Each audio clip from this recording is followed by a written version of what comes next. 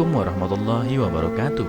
Apa kabar kalian? Semoga kalian baik-baik saja dan tetap diberikan kesehatan oleh Allah Subhanahu wa taala. Bantu channel kami dengan cara subscribe dan tekan tombol lonceng kalian. Terima kasih. Semoga kisah ini bermanfaat.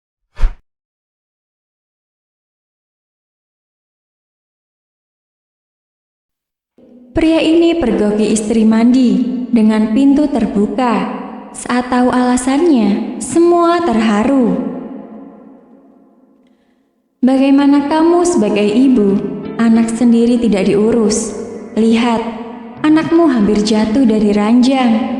Istriku meminta maaf sambil menangis dan buru-buru menggendong anak kami dan terus meminta maaf karena lalai. Beberapa hari kemudian, di kantor sedang akan diadakan rapat besar para reksi. Jadi para karyawan diperbolehkan pulang lebih awal. Maka aku pun segera pulang. Setelah tiba di rumah, saya menyadari bahwa istriku sedang mandi. Dan yang membuat aku terkejut, dia mandi tanpa menutup pintu kamar mandi. Aku benar-benar tidak habis pikir dan langsung memarahinya.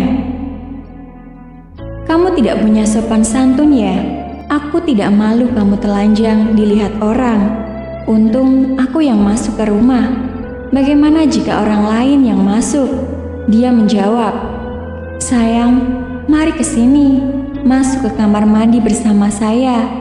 Awalnya saya agak ragu dan bertanya-tanya dalam hati. Tapi akhirnya aku masuk ke kamar mandi juga. Nah, kamu lihat, dari sini kita bisa melihat jelas kedua anak kita. Kalau aku menutup pintu kamar mandinya, lalu siapa yang akan mengawasi mereka?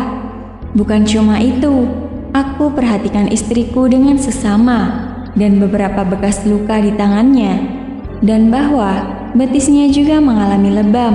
Selain itu juga ada bagian tubuhnya yang bercalar.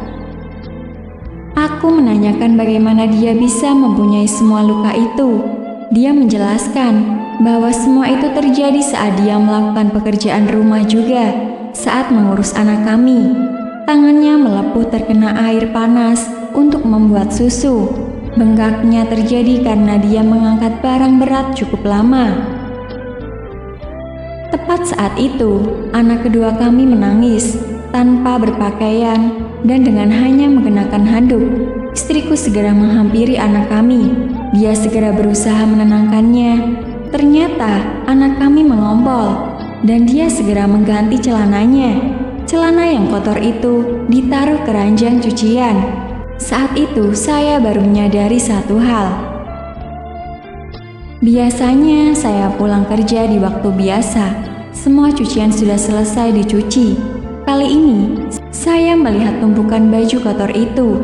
Ada bajuku, bajunya, serta baju kotor kedua anak kami.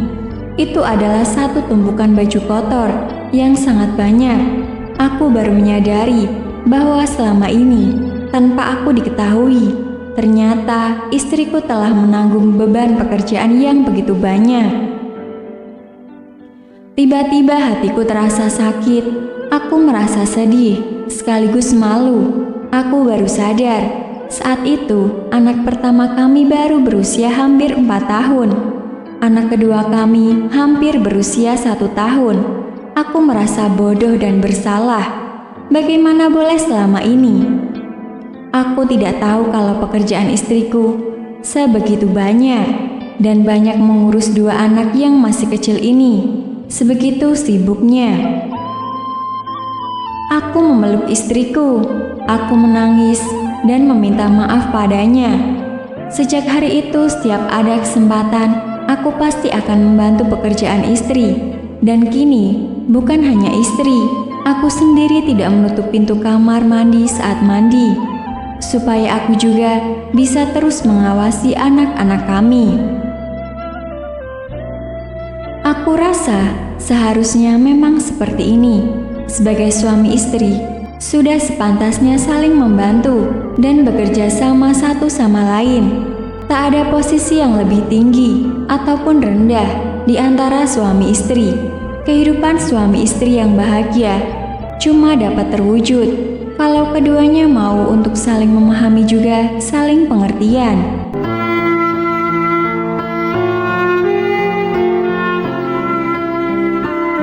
Assalamualaikum warahmatullahi wabarakatuh.